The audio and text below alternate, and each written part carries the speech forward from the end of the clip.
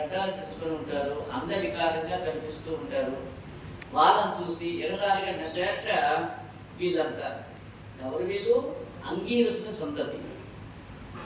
దానికి వాళ్ళు కోపగించి శపించారయా, ఒరే సౌందర్య గర్భమధాంతుడేన నీవు మమ్మల్ని ఎగతాళి చేశావు. కాబట్టి వికృతాకారమైన ఒక మహాసర్పమై పడి ఉండాలి ఇక్కడే అన్నాడు.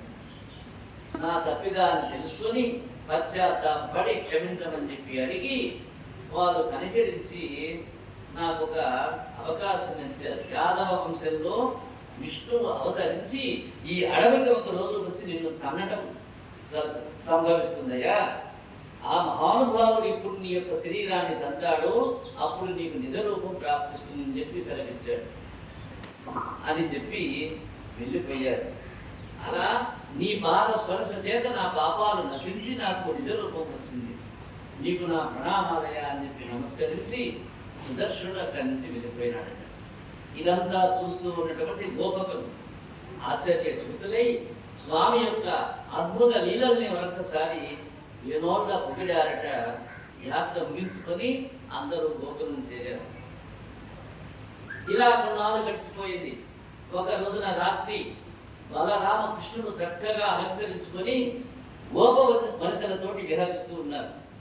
బృందావనానికి వెళ్ళారు. తమ చుట్టూ ధరణీయములు కూర్చుని ఉంటే మనోహరమైన మొదటి గీతాలు ఆలపిస్తూ ఉన్నారు వీళ్ళు.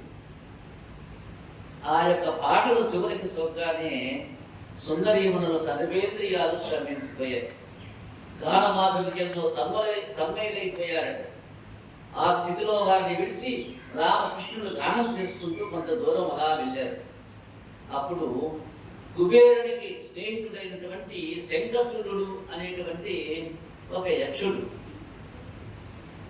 ఆ యొక్క గోపకాంతల్ని అపహరించుకుని తన యొక్క మాయాశక్తి చేత తీసుకుని పోతూ ఉంటే వాళ్ళంతా కృష్ణ బలరామ రక్షించండి రక్షించండి అని చెప్పి కేకలు పెడుతూ ఉన్నారు. ఆ కేకలు విని పరిగెత్తుకుంటూ వచ్చి విషయం తెలుసుకున్నారు. ఆ రెండు మధ్య చెట్టును పీకి యక్షుడిని ఎదుర్కొన్నట్టు ఆ సమయంలో భయపడి ఆ యొక్క యక్షుడు ఆ స్త్రీలను విడిచిపెట్టి పారిపోయినాడు. స్త్రీలకు బలరాముని రక్షణగా ఉంచి కృష్ణుడు శంఖచూడుని వెంబడించాడు. ఆ శంఖచూడునేటువంటి యక్షుడు మారు రూపాలు ధరించి ఎక్కడెక్కడికి వెళ్తున్నా అక్కడెక్కడికి వారిని వెంబడిస్తూ చివరికి పట్టుకొని తన పిడికిలతో వారి యొక్క శిరస్సు ఛేదించి సంహరించాడు. వారి కిరీటంలో నుంచి చూడామణిని తీసుకుపోయి బలరామునికి ఇచ్చాడు. గోప వనితలు కృష్ణ పరమాత్మని స్తుతించారు. ఒకనాడు అరిష్టుడనేటువంటి అసురుడు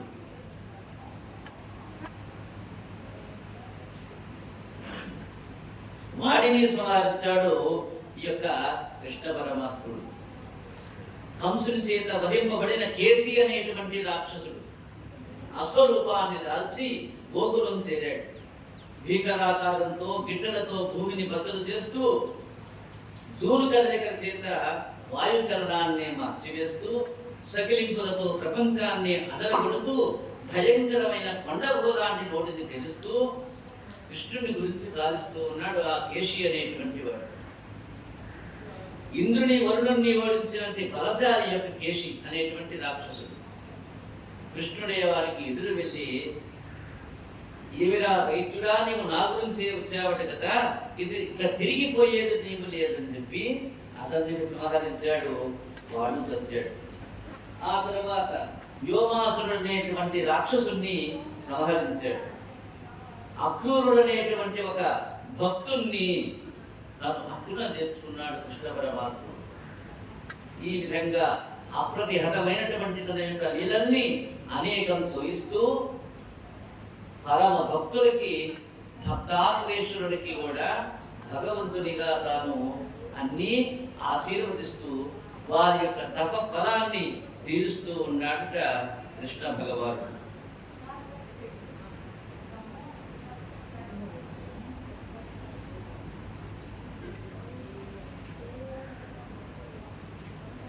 సుశీల ఏదో ఒక నామం రేట్ రాలేదా మోహన్ రాయదా